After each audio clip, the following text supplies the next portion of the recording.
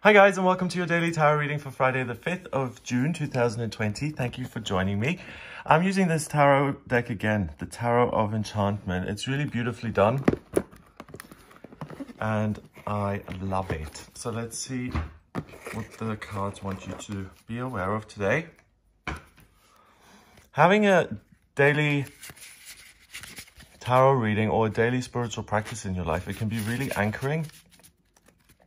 Regardless of what you're going through, you can always do the practice that you've got, and it's a nice constant in your life. So if you don't read tarot cards yourself, make sure you have something like meditation, or you're working on something that you care about. It's really, it's grounding and it's empowering.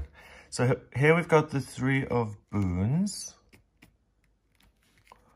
Then we have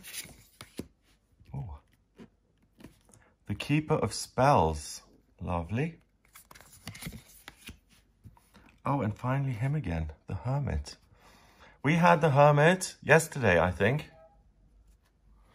So it's the time of looking within. The Hermit is nice because the fire is very much about gaining insight. And he lives in a cave here, and it's what's happening beneath the surface. It's the whole world. It's like the iceberg beneath the surface. It's most of the activity happens where you can't see it. And the Hermit usually has a lantern, and he shines the light of truth wherever he goes. And usually it's about being with the self and shining a light on that, because the self, I think, is the trickiest thing to really get down or to really get a hold of. And the Hermit does that, but he doesn't do it in a controlling way. He does it more in a let the fire inspire me kind of way. So he listens more than he says, okay, this is what's going to have to happen. The Three of Boons. The Three of Boons is the Three of Cups, isn't it? I think so. Let me just double check. They've changed this in the Spells is Wands, so that's Wands. Oh yeah, this is definitely Cups.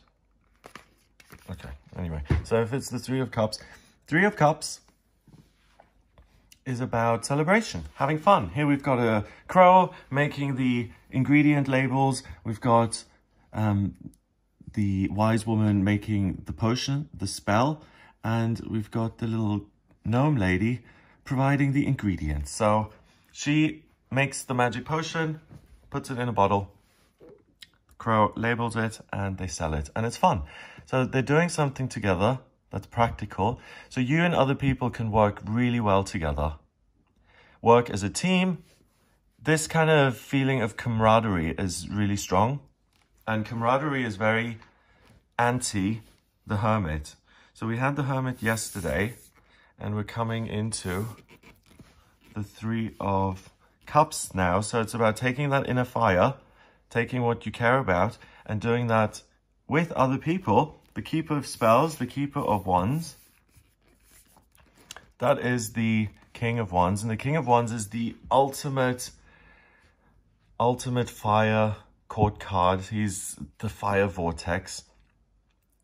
Fire in all the divination systems is about cleansing and transforming. So starting again, changing, taking one and changing it into something other. So taking fire and wood and turning it into ash. It's about finding yourself again. It's about having something you care about, something in life that's temporary, but that you really treasure and that really makes life worth living. If you're just careful and secure all the time, it's like, okay, well, I've got everything down, but what am I doing all of this for? There's no fun in my life. We've got the dragon in here as well. So dragon is power, and we've got the fire coming out of his hand. So that's almost like a mage being able to throw fireballs. So it's about taking your anger and channeling it into something that is going to empower you rather than horrify you with your own behavior, for instance. It's where you can be a leader and you can say, hey, we can do something that I really find fun. We can do this together. You can help me. So it's a great day to delegate. If you really care about something that you've seen yesterday, then it's really important to implement that, insight and to do something practical with it, especially if you have the chance to do it with other people. So any new businesses, partnerships, new ideas, Etsy stores, new online businesses, pop-up shops, especially if you're into herbs. I mean, I've chosen this deck for a reason. If you're into herbs, if you're into fantasy, if you're a writer, if you're someone who's creative, this gives me very much kind of the Lord of the Rings vibes with the gnome in the back. So about really letting your creativity shine. Magic on this planet, I think, is our ability to be the magician. And the keeper of spells is pretty close to the magician. We're able to listen to our own imagination. That gnome may or not be sitting there. She might just be imagining that gnome. It may be her spirit guide. Those are the kind of things that you create. And if you can think it, you can make it real. And that's where your fire and your transformative power really works. It's something that you can almost measure in your life. I thought that I was going to live in a huge mansion and have a Land Rover. I am going to put that on my vision board. I'm going to make sure that I achieve that. Totally materialistic. And I keep looking at it.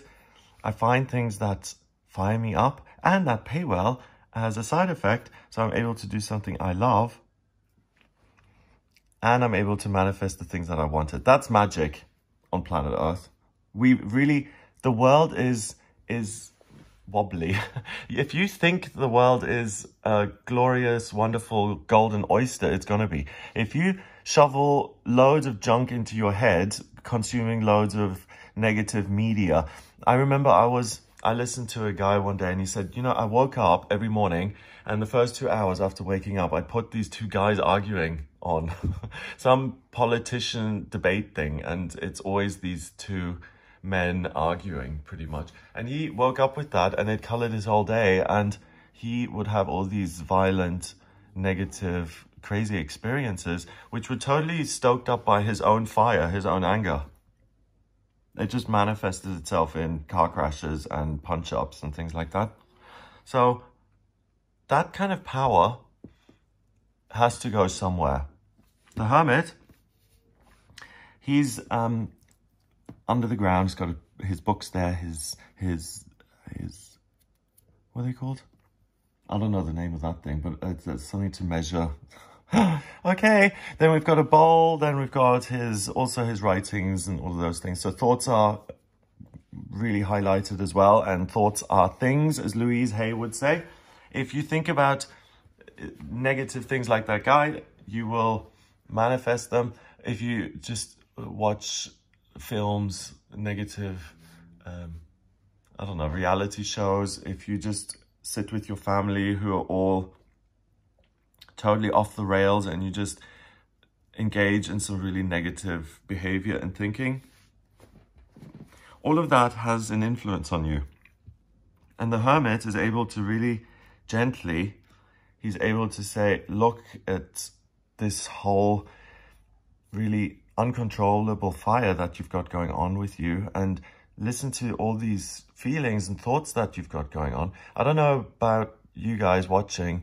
I'm sure you've had this where a thought has just become so fired up and obsessive in your head that it feels like a dragon swirling around in there and you have to get it out somehow.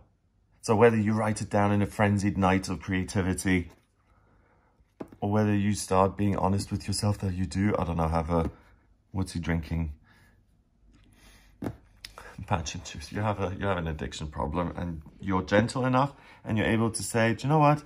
It's okay. I can see what's going on in here.